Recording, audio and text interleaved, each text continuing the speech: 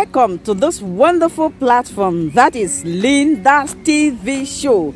If it is your first time of stopping by or coming across my YouTube channel for the first time, please, after watching the video, if you like it, subscribe, put on your notification bell. It is very, very important because it's going to enable you to know when I upload a new video.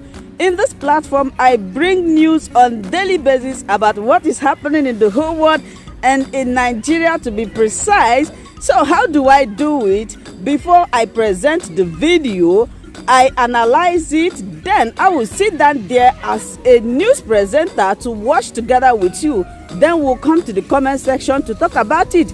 You are free to leave your opinion, your contribution, but let us do it constructively as we watch the video together.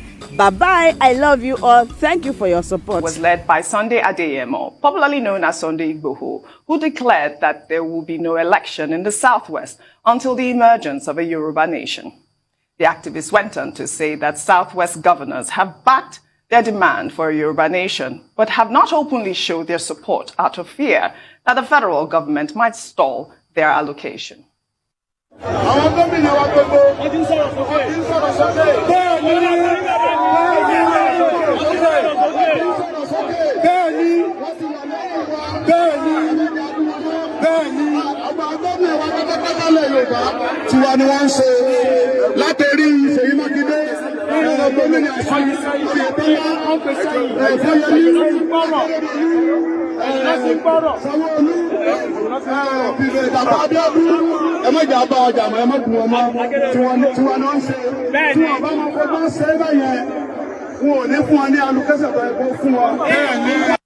He has mentioned names at this point. He has mentioned names of all these governors. I guess it's time for the governors to speak out. And this is not the first time Sunday Igboho is claiming that people are back in the Yoruba nation. But I guess I wouldn't have time to take your analysis.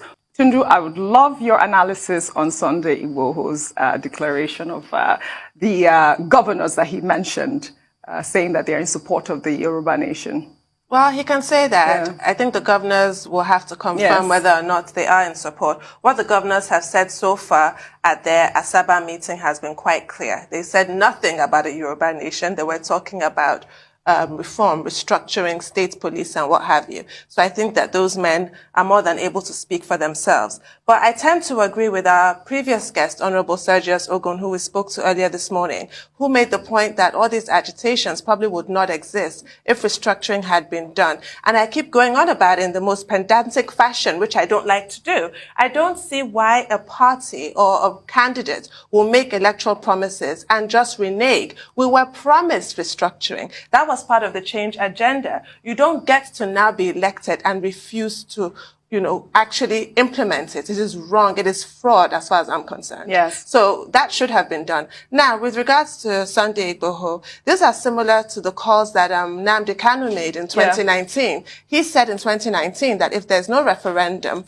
that there will be no election in the Southeast. We know how that ended. There were elections in the Southeast, and in fact, APC made gains. So Sunday Igboho making this comment now, 2 years to go, I'm not quite sure if that will actually hold water. Yes, he made a lot of points too, but then he also said that, he's not Nigerian and he could not be arrested. I want to ask, where is he from if he's not Nigerian? Does he hold a Nigerian passport, or what passport does he hold?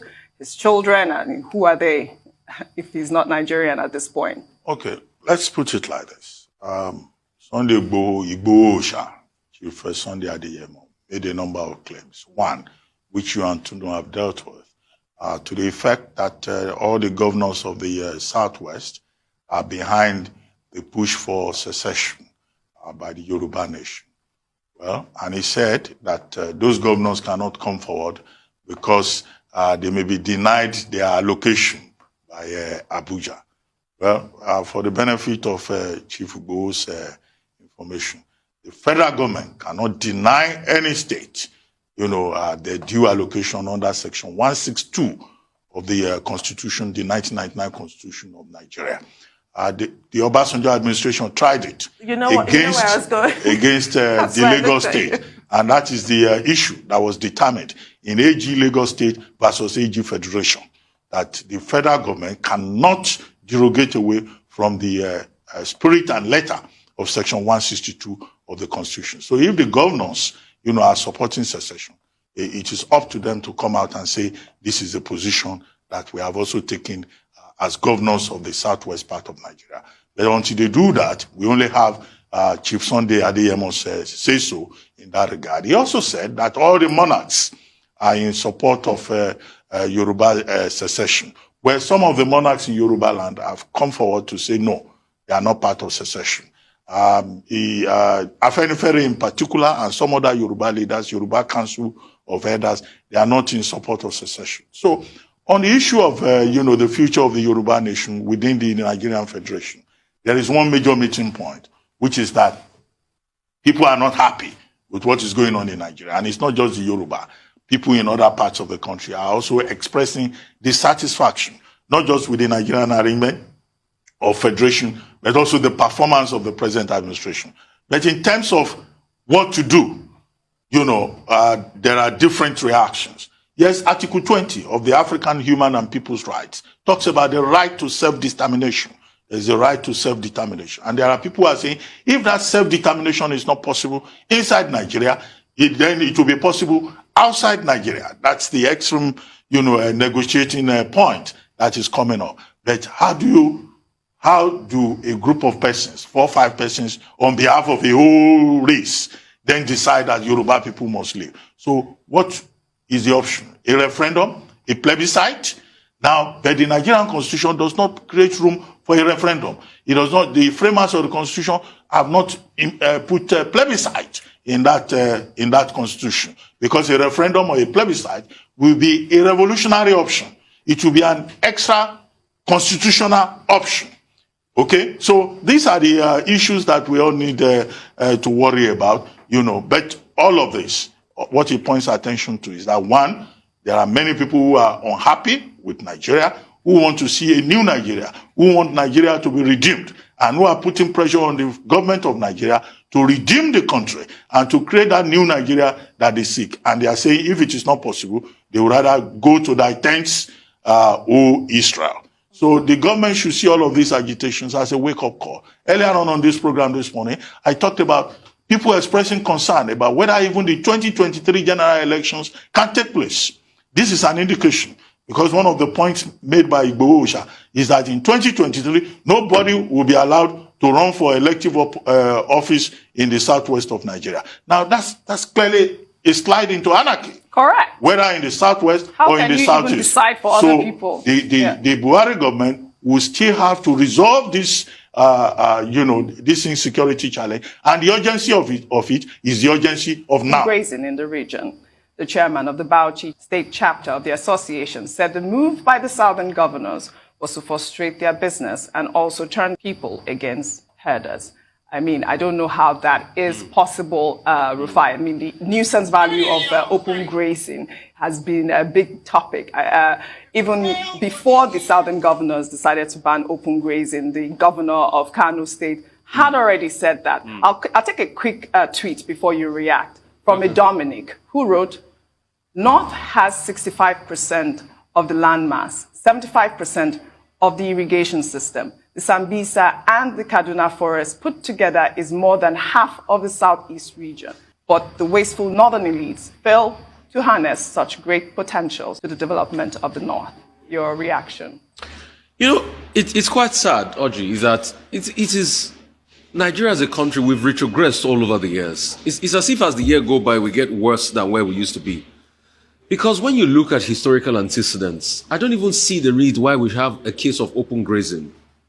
This was the same country where we put animals on carriages and train from north to south. They didn't graze openly. This was the same country in the 50s when we had Obudu Cattle Ranch. So we actually had ranches. And if these people want to run a business, as they call it, you can't run a business on another man's land. So there's a cost of running a business. So why don't you just graze? So the fact that we're even talking about this is just an indication of our stupidity, pervasive stupidity as a country. Yes. It's very shocking. And when you even look at it, what's the volume of milk or meat that the people that are grazing openly causing problem for others creating? Other countries that are ranching like America and Argentina and New Zealand produce more meat than you.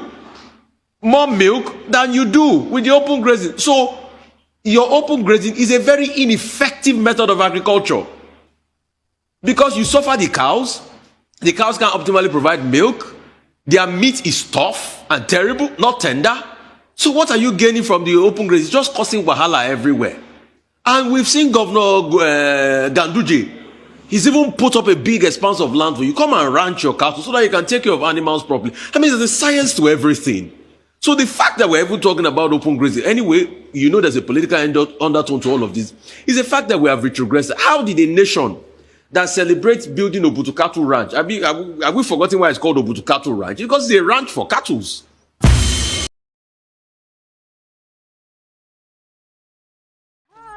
Welcome to my channel. If this is your first time or first day of coming across my YouTube channel or seeing my face, you are highly welcome. Please willkommen zu meinem Kanal. My name is Linda Chukwueze. Comment, say subscribe, and you turn on the notification bell so that you'll be able to get information on notifications. Bis zum nächsten Video und einen schönen Tag. Tschüss. Tschüss. Bis man subscribe to Linda's TV show. What are you waiting for? Click on that red button that says subscribe. You turn on the notification bell so that you'll be getting more updates from me. Leave your comment down below and share this video with your friends, families, and colleagues until we meet again in my next video. Bye bye.